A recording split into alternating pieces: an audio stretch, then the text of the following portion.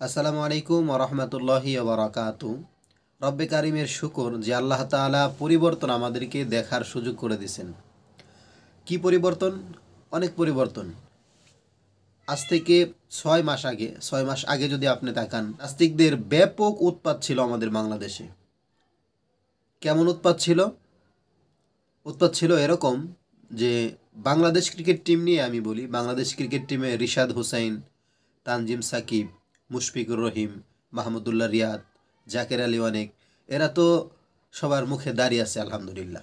তো দাড়িওয়ালা প্লেয়ারদেরকে লক্ষ্য করে কিছু নাস্তিকরা বিভিন্ন মন্তব্য করেছে, যেগুলো হৃদয়ে রক্তক্ষরণ হয়, কিন্তু কিছু বলার উপযোগী সময় তখন ছিল না, বা অনেকেই বলে নাই। কিছু কিছু ভাই বলেছেন, তাদেরকে ধন্যবাদ। তো অনেকে বলে নাই। তো আলহামদুলিল্লাহ এখন 5ই আগস্টের পরে যেই কাহিনীটা তৈরি হয়েছে, সব নাস্তিকরা উধাও।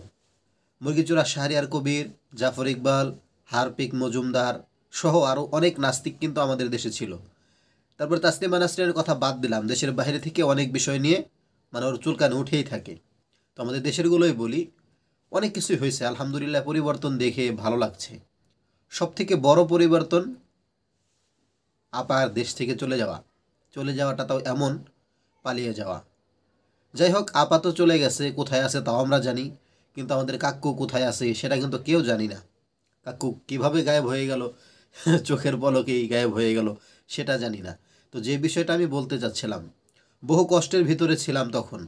আল্লামা মামুনুল হক সাহেব যখন কারাগারে ছিলেন, আমার কাছে মনে হয়েছে না জানি এর পরবর্তীতে ভাগ্যে কখনো জুটবে কিনা, নাকি আল্লামা দেলোয়ার হোসেন সাইদির মতো সেখানে ধুকে ধুকে তাকেও শেষ করে দিবে।